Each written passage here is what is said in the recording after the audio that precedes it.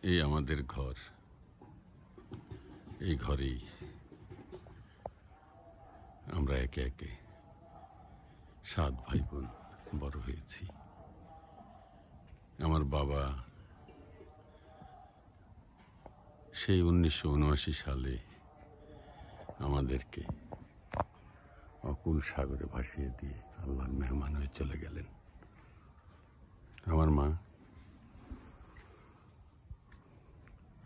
1990 সালের ডিসেম্বরের 25 তারিখে আমাদেরকে ছেড়ে আল্লাহর মেহমান হয়ে গেলেন। আমি তখন ইউনিভার্সিটিতে পড়ি। তারপর থেকেই আমাদের এই ঘরটা এভাবেই পড়ে আছে, কিন্তু আমাদের আবেগ, আমাদের ভালোবাসা এই ঘরকে ঘিরেই এখনো আছে। এই যে জানলার পাল্লাগুলো ভেঙে পড়ে গেছে, বিভিন্ন জায়গায় ঘুণে ধরে সবকিছু খেয়ে ফেলছে। জন্তু জানোয়ারের আশ্রয় হয়ে গেছে আমাদের ঘরটা।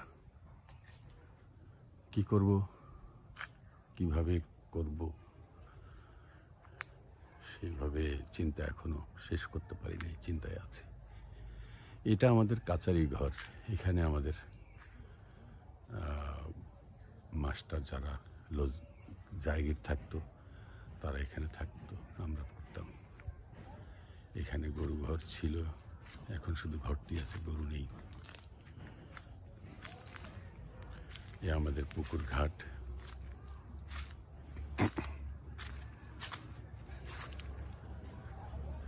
পুকুরের পানিগুলো নোংরা হয়ে গেছে, আমাদের সময় এমন ছিল না।